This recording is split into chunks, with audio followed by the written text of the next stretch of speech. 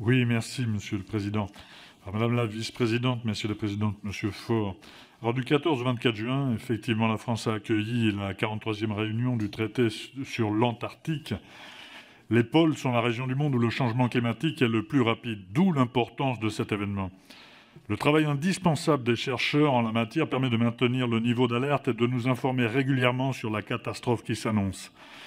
Soyez remerciés pour votre travail d'une immense qualité. Grâce à vos travaux, nous savons que l'Antarctique se réchauffe 2 à 3 fois plus vite que le reste de la planète, que la banquise voit sa surface diminuer d'année en année et pourrait disparaître à l'horizon 2040, ou encore que la zone polaire recèle près d'un quart des ressources de pétrole et de gaz de la planète, ce qui la met en danger. La recherche permettant de récolter ces précieuses données scientifiques doit être largement soutenue par les pouvoirs publics. Or, j'ai parcouru le compte-rendu d'audition du président de l'IPEV devant la Commission des Affaires étrangères en 2019, et le bilan qu'il dresse du soutien de l'État est accablant. Le budget qui y est consacré est largement inférieur, vous l'avez dit, à celui d'autres pays comme l'Allemagne ou la Corée du Sud. En termes de moyens humains, c'est une catastrophe. Monsieur Chapelas confie « Je dois gérer mes ressources humaines qui sont à bout avec des personnes qui craquent et qui commencent à se mettre en disponibilité. Le miracle ne va pas se prolonger très longtemps avec les moyens dont nous disposons. » 2 ans plus tard, je m'aperçois en lisant une interview de monsieur Chapelas dans Le Monde que rien n'a été fait pour améliorer la situation.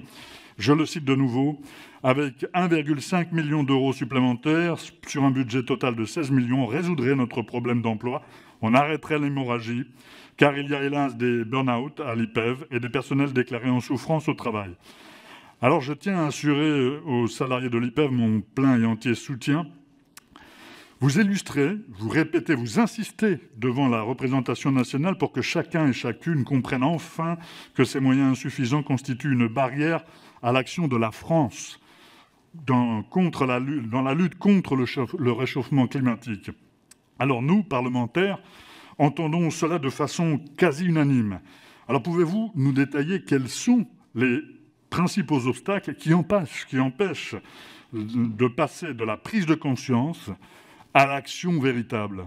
Répondre à l'ensemble des questions. D'abord, merci de leur diversité parce qu'elles couvrent véritablement quasiment tout le spectre de nos préoccupations. Quand je dis préoccupation, c'est qu'en effet, j'ai été très très surpris de voir après 4 mois de mission à quel point nos moyens étaient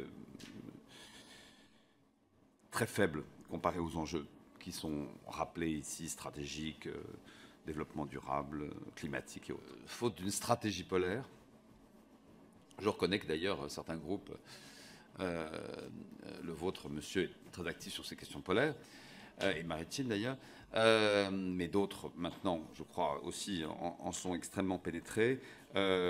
C'est construit de manière comme ça, sympathique, mais de briquet de broc, à partir des aventures, des expéditions de Paul-Émile Victor, et puis l'IPEV est né, et l'IPEV est devenu une agence de moyens, principalement.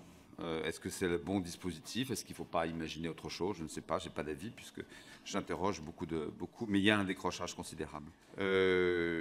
L'IPEV, agence de moyens, n'a plus les moyens d'être une agence. Et le directeur s'exprime avec beaucoup de liberté et de franchise, et il dit la vérité des prix. C'est une maison en souffrance, une maison qui fait tout ce qu'elle peut, avec vraiment des personnes dédiées de manière exceptionnelle, mais dans des conditions qui sont dramatiques. Je pèse mes mots.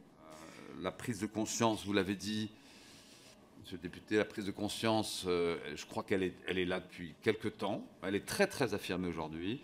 La députée Tufnel va présenter une résolution à l'Assemblée.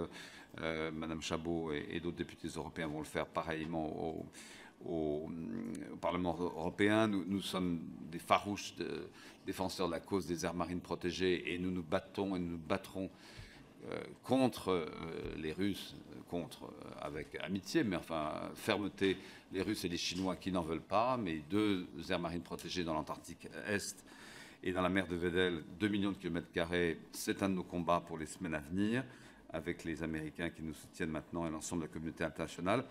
Le passage à l'acte, je pense, j'espère que cette stratégie polaire qui sera présentée fin septembre au Premier ministre, qui sera accrue et qui, pour moi, est la condition même de l'existence d'ailleurs d'une mission d'ambassadeur des pôles, sinon à quoi ça sert. Cette stratégie polaire sera très courte, 20 pages, mais assez claire. Et elle demandera des moyens. Soit ils sont là, soit ils ne sont pas là. S'ils ne sont pas là, les scientifiques continueront à travailler comme ils le font très bien, dans un terme qui est toujours un peu menacé, mais dans des conditions qui sont inacceptables. Quand grande puissance européenne, première puissance maritime européenne, membre de l'OTAN, fondatrice de l'Union européenne, on prétend avoir une vision. Pour l'instant, on gère la pénurie. Voilà. Pour ce qui est de l'interview de Jérôme Chaplaz et de la problématique de l'IPEV, alors je ne peux pas parler au nom de l'IPEV.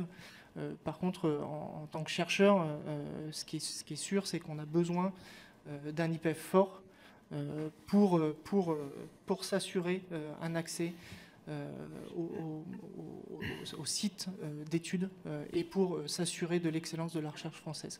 Sur ce soutien de l'IPEV et sans soutien logistique, il est bien évidemment très compliqué de maintenir cette excellence française.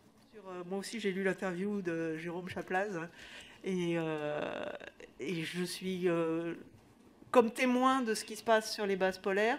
J'ai dit qu'il fallait beaucoup d'engagement de la part de tout le monde, mais au bout d'un moment, cet engagement, ça use, parce que de faire des choses avec des bouts de ficelle, souvent, ça use les gens, parce qu'il faut toujours trouver une nouvelle solution. Et Jérôme parlait du RAID, et c'est vrai que le RAID qui fait la traverse entre Dumont-d'Urville et Concordia, c'est 11 jours de trajet, où ils travaillent de 6h du matin à 10h du soir, où ils conduisent 11 heures par jour. Et ça, c'est un engagement. Et pour les avoir vus arriver à Concordia, ils sont azimutés. Donc, en fait, il y a une vraie question de difficulté. Concordia, c'est à 3200 mètres. C'est l'équivalent d'altitude, c'est l'équivalent de 3700 mètres. Ça aussi, ça use. Et c'est des conditions qui sont difficiles pour les gens. Les moyens logistiques, les moyens financiers qui peuvent favoriser ça sont indispensables. Favoriser le travail sont aussi indispensables.